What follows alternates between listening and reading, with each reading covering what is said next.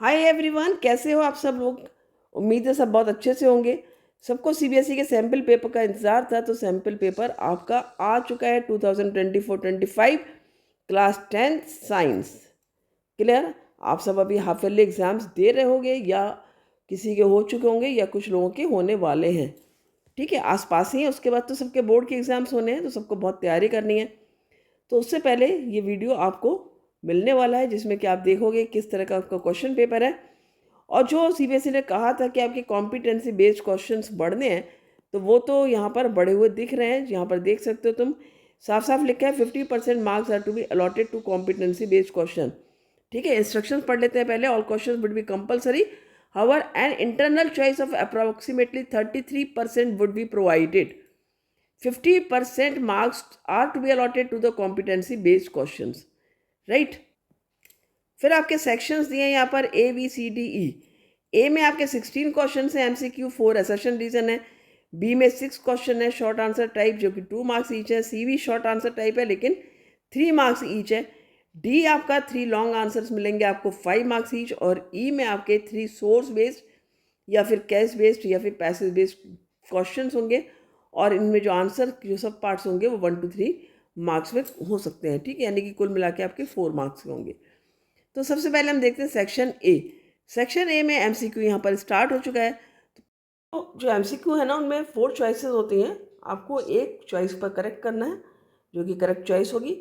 तो करते हैं पहला क्वेश्चन। फर्स्ट क्वेश्चन आपका, identify P Q and R in the following balanced equation.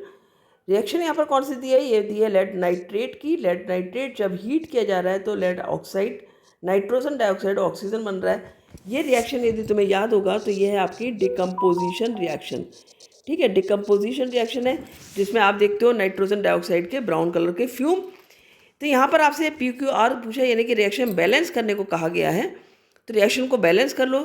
यहाँ पर तुम लिखो लो एलिमेंट क्या क्या है तुम्हारे पास। लेड है, नाइट्रोजन और ऑक्सीजन है, और इनका LHS और RHS साइड में लिख लो फटाफट से। देखो, लेड है हमारा 1, इधर RHS में भी 1 है। नाइट्रोजन हमारा 2 है। ठीक है, ये ब्रैकेट के बाहर होता है इसलिए मल्टीप्लाई होता है। और ऑक्सीजन जो है यहाँ पर लेफ्ट हैंड साइड में 6 है। और राइट हैंड साइड में हम यदि नाइट्रोजन की बात करते हैं तो सिंगल है। और ऑक्सीजन देखो 2 और 2 4 और 1 5 है, राइट। तो अब यहाँ पर पहले हम ऑक्सीजन को बैलेंस करेंगे। हम क्या करते हैं, यहाँ पर 2 लिख लेते हैं। 2 लिखने से क्या हुआ, यहाँ पर हमारी ऑक्सीजन कितनी हो गई, हमारी 6 हो गई। अब 2 2 4 2 6 हो गया। लेकिन साथ ही हमारा यहाँ पर लेड भी यहाँ पर 2 हो गया है। यहाँ लेड 2 है तो मैंने क्या किया, यहाँ पर भी 2 लिख दिया। अब लेड मेरा यहाँ पर भी बैलेंस हो गया। फिर क्या हुआ, यहाँ 2 लिखने से क्या हुआ, नाइट्रोजन में अंतर आया। नाइट्रोजन लेफ्ट हैंड साइड क्या हो गया, 2 और 2 4 हो गया। ठीक है, तो यहाँ पर 4 करने के लिए मुझे सीधा सा आर को 4 करना होगा। यहाँ पर मैंने 4 कर दिया, नाइट्रोजन भी बैलेंस हो गया। अब ऑक्सीजन देख लेते हैं। लेफ्ट हैंड साइड में 3 2 6 और 2 12। लेफ्ट हैंड साइड में it is 12। Right hand side का चेक करते हैं कितना है, 2 और 4 2 8, 8 और 2 10 और 2 12। तो यहाँ पर भी 12 है। तो हमारी रिएक्शन यहाँ पर बैलेंस हो गई। तो इस तरह से आपको रिएक्शन को बैलेंस करना है। ठीक है, यहाँ पर हमारा कौन सा ऑप्शन करेक्ट हो जाता है, यहाँ पर ए ऑप्शन हमारा करेक्ट हो जाता है। क्लियर। तो इस तरह से आप करोगे क्वेश्चन को। सेकेंड क्वेश्चन पूछा आपसे, match column 1 with column 2 and select the correct option using the given codes. यहाँ पर कुछ कोड्स दिए हुए हैं और आपको यहाँ पर सही ऑप्शन बताने हैं इनमें से 4 में से। ठीक है, जो ABCD है इनके ऑप्शन बताने हैं। कॉलम 1 है, कॉलम 2 है, मैसा कॉलम है, बहुत आसान है। अ metal that forms amphoteric oxide, यहाँ पर देख लेते हैं कौन सा है भाई, ये तो एल्यूमिनियम है। तो एल्यूमिनियम क्या हो गया आपका, ए में क्या आ गया आपका, 3 आ गया, right. A metal which melts when kept on our palm, ये आपका गैलियम 1 आ गया। A metal that reacts with nitric acid, nitric acid के लिए साथ तुम्हें पता है केवल मैग्नीशियम और मैग्नीज रिएक्ट कर सकते हैं, यानी यहाँ पर क्या आ गया आपका 4 आ गया। A metal which can not displace hydrogen from acid, cold है, लेस रिएक्टिव है, लीस्ट रिएक्टिव है, तो यहाँ पर 2 आ गया। तो यहाँ पर देख लो ऑप्शन कौन सा है। यहाँ पर 3 पहले में है बी में, और 3 यहाँ पर पहले में डी में। तो हमारा क्या बन रहा है, 3 1 4 2। तो 3 1 4 2 यानी हमारा बी ऑप्शन यहाँ पर करेक्ट है। क्लियर। नेक्स्ट है आपका क्वेश्चन, ये एक्टिविटी दी है, यहाँ पर लिखा है बल्ब डज नॉट ग्लो। ठीक है, और ये पूछा है ये क्या सब्सटेंस है, आपको ये सब्सटेंस बताना है। The solution the given figure is likely to be, क्या हो सकता है। देखो, यदि HNO3 होगा, एसिड होगा, बल्ब ग्लो करेगा। H2SO4 भी एसिड है, बल्ब ग्लो करेगा। कार्बन डाइऑक्साइड इन वाटर क्या बना लेगा आपका, H2CO3, ठीक है, जो कि कार्बोनिक एसिड बन जाएगा। कार्बोनिक एसिड भी क्या होगा, एसिड होगा, बल्ब ग्लो कर जाएगा, यानी क्या है, ग्लूकोज है, अल्कोहल है, ठीक है। C2H5OH क्या है आपका, अल्कोहल। तो अल्कोहल की वजह से क्या होगा, आपका बल्ब ग्लो नहीं कर रहा है, तो बी ऑप्शन यहाँ पर करेक्ट हो जाता है। देखो सारा कुछ आपकी NCERT से है, ये देख लेना ध्यान से। अभी तक जितने भी क्वेश्चन हमने करे हैं वो सारे NCERT से हैं, ये तो विजुअल इम्पेयर्ड स्टूडेंट्स के लिए है। अब नेक्स्ट क्वेश्चन है आपका 4th one, an aqua solution A turns, A है फिनोल्फ्थालीन को टर्न कर देता है, वो किस में, फिनोल्फ्थालीन को टर्न कर देता है पिंक में, राइट, यानी क्या होगा, ये होगा आपका एक बेस। अब on addition of an aqua solution B to A, B को हमने ए में ऐड किया तो पिंक कलर डिसअपियर हो जाता है, यानी बी क्या है आपका, एसिड है। Which of the following statement is true for the solutions A and B, A is strongly basic and B is weak base. देखो यहाँ पर ऐसा कुछ नहीं कि स्ट्रांग बेस है फिनोल्फ्थालीन से जो पिंक हो रहा है, पिंक में यदि हल्का भी बेस होगा तो पिंक ही कलर देगा वो, और बी तो बेस है ही नहीं, बी तो एसिड है, तो ये गलत हो गया। यहाँ पर ए भी स्ट्रांगली एसिडिक दिया है, ये भी आपका गलत है। A has a pH higher than 7, यानी बेस बता रहा है यहाँ पर ए को, और B has a pH less than 7, तो ये हमारा ऑप्शन करेक्ट है। हमने ऑलरेडी देख लिया है कि ए हमारा बेस है और बेस की pH 7 से ऊपर होती है, और बी हमारा बेस है जिसकी pH लेस देन 7 होगी। 5th क्वेश्चन है यहाँ पर, when 50 gram of the lead powder is added to 300 ml of blue copper sulphate, ठीक है, लेड क्या आपका PV है और ये क्या आपका कॉपर सल्फेट है। After a few hours the solution becomes colourless, तो कौन सी रिएक्शन है ये भैया, डिस्प्लेसमेंट का एग्जाम्पल है, ये तो पता होगा ना तुमको अच्छे से।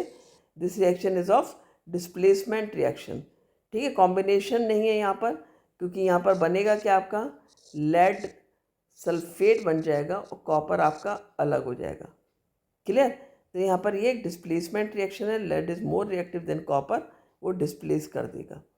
नेक्स्ट कर लेते हैं, the electronic configuration of 3 elements x, y and z are x2 8 7, y2 8 2 and z2 8।